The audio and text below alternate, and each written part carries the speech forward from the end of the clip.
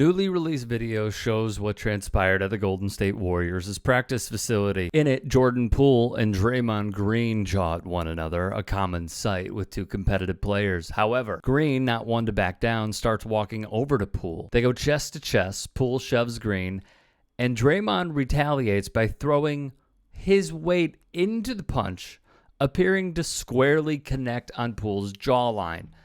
And it was ferocious. Now, we heard about this incident quite a lot in the last week, right?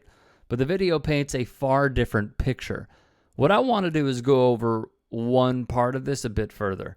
Green is listed at 6'6", 230 pounds. When throwing this punch, Green left his feet.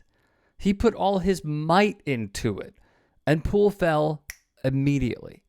It was reported, however, Poole continued practice, though the team also initially downplayed the entire thing from the get-go. Although these two players thrive off competition, their competitive nature has gotten the best of them. Previously, there was beef between the two, but, as always, winning trumps all. I didn't hear that it was anything that hadn't been going on, like our team's better than yours and stuff, calling those fouls, like a normal kind of argument in a scrimmage. Like, I didn't hear anything different than that, and no one told me anything different than that.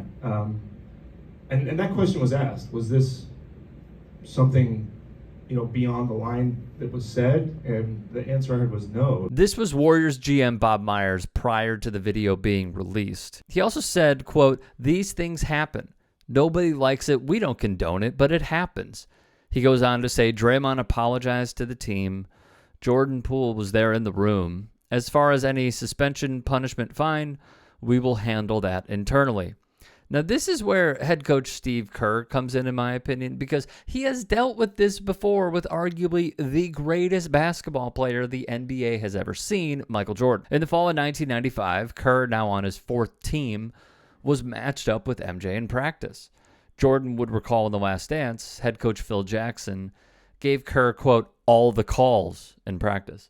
The two committed hard fouls on one another. Jordan admittedly said he let the noise get to him, and he took his frustrations out on Kerr. Alas, well, he punched him in the face. Kerr, then an analyst on TNT, would recall to ESPN, "I don't know what the hell I was thinking. It's Michael Jordan. It's the greatest player ever. But I was pretty competitive, and I kind of played with a chip on my shoulder. I had to, or I wouldn't have made it." This all came after the Bulls' conference semifinals defeat to the Orlando Magic. And also, this came after Jordan's hiatus, where he played partially in the season and averaged roughly 28 points per game. "He doesn't look like it, but Steve is a feisty dude," said George Mumford, who was a psychologist for those Bulls teams that won 3 straight titles in the late 90s. Kerr would reflect, "I took exception to something he said. So I was talking back, and I don't think Michael appreciated that. And we got in the lane, and he gave me a forearm shiver to the chest, and I pushed him back. And the next thing you know, our teammates were pulling him off of me." The 6'3", 175-pound Kerr wound up with a black eye. He threw some punches before it was broken up too. "I knew that if we were in an actual fight, he could actually probably kill me if he wanted to," Kerr said. "It was more just, I'm going to stand up for myself." Jordan would storm out of practice. Hearing about the fight, Phil Jackson came back down to the court. Phil came over to talk to me. He said, "You and Michael have to patch things up. You got to talk to him, and you got to patch it up." I got home, and there was a message on my phone, on my answering machine from Michael, and he apologized, and it was weird. In the ensuing days, though, things were awkward. But clearly he accepted me from that point on, Kerr said. "He never bothered me again. He never picked on me again. Getting into that fight, I think I proved that I was tough, that I would stand up to him, and I think he respected that." In Jackson's book, 11 Rings, he says, "The punch was a wake-up call for Jordan and a turning point for the championship-winning 95-96 Bulls, who won 72 regular season games. Who knows what the wake-up call would have been if the fight never took place? Who knows if there even would have been one?" Just a quick note. That 72-10 record was broken by the Golden State Warriors when they went 73-9, coached, of course, by Steve Kerr. Now, a lot of us who work in sports, in a way, we have to be like sports historians, right? And I could tell you that following different leagues and different teams and specifically different personalities on those teams, this sort of stuff happens a lot. Maybe not as much as it did previously, but it happens a lot. Guys go after each other, joint practices, guys go after each other within the team. It's just damage control by the franchise to not let any of this get out.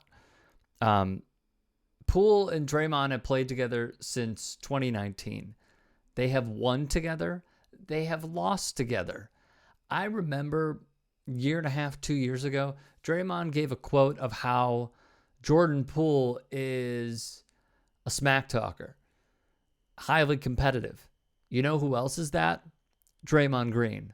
Two alpha males going at each other.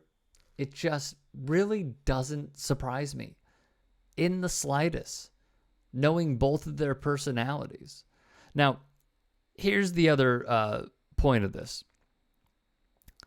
If there is anybody, and I mean anybody, to mitigate this entire situation with Draymond Green, Jordan Poole, and now, as of today, the NBA's most talked about team because of this video that got out.